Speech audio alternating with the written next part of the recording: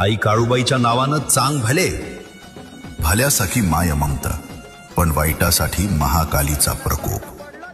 ज्याच्या मनात कपट, ज्याच्या बोलात विष, ज्याच्या कृतीत दुष्टपणा, त्याच्यासाठी काळूबाईचा कोप पुरेसा. आई काळूबाई एकदा शांत बसली तरी त्यांचा न्याय शांत नसतो.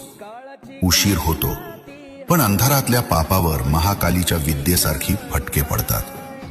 जो वाईट करतो, जो निर्दोषाला त्रास देतो, जो मत्सरानं पेटलेला असतो, त्याचं पाप आई काळूबाई स्वतः उचलत नाही.